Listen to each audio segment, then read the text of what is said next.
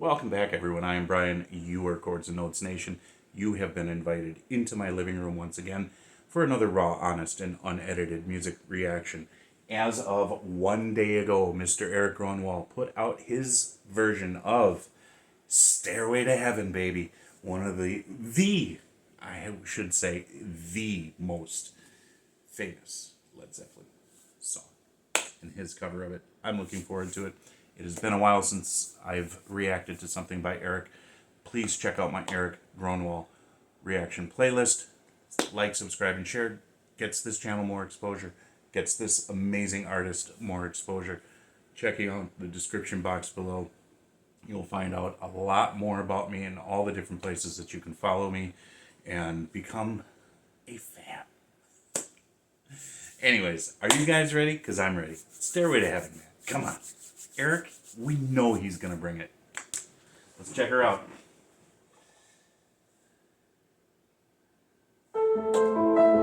Ooh, on piano. Love it. Boom, boom, boom.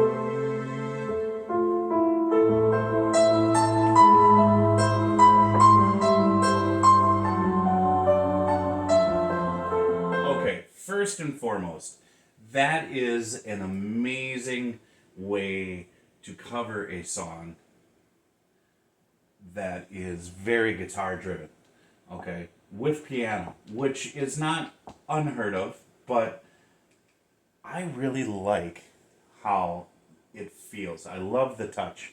It's really classy. And a beautiful stage, too. Absolutely beautiful.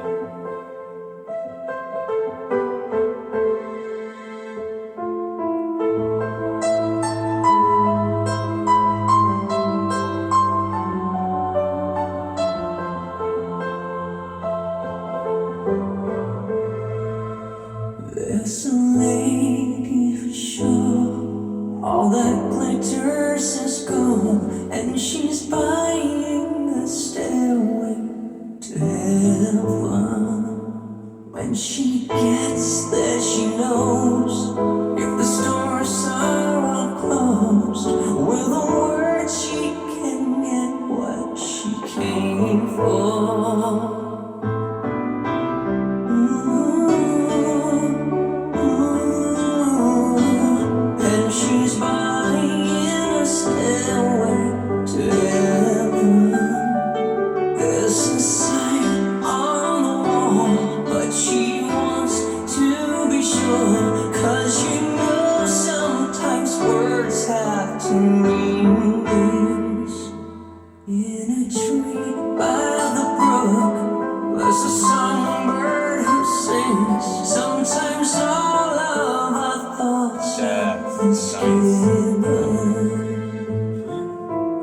What he did with his voice there was just gorgeous. Words have two meanings. In a tree by the brook, there's a songbird who sings. Sometimes all of our thoughts are misgiven. Nice, just such a nice touch.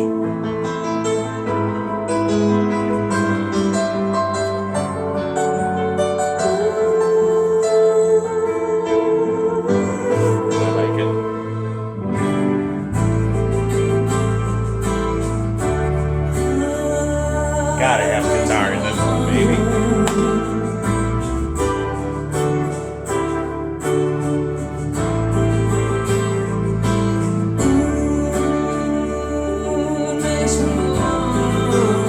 Nice. There's a feeling I get when I look to the west, and my spirit is crying for leaving. In my thoughts I have seen rings of smoke through the trees, and the voices of those who stand looking.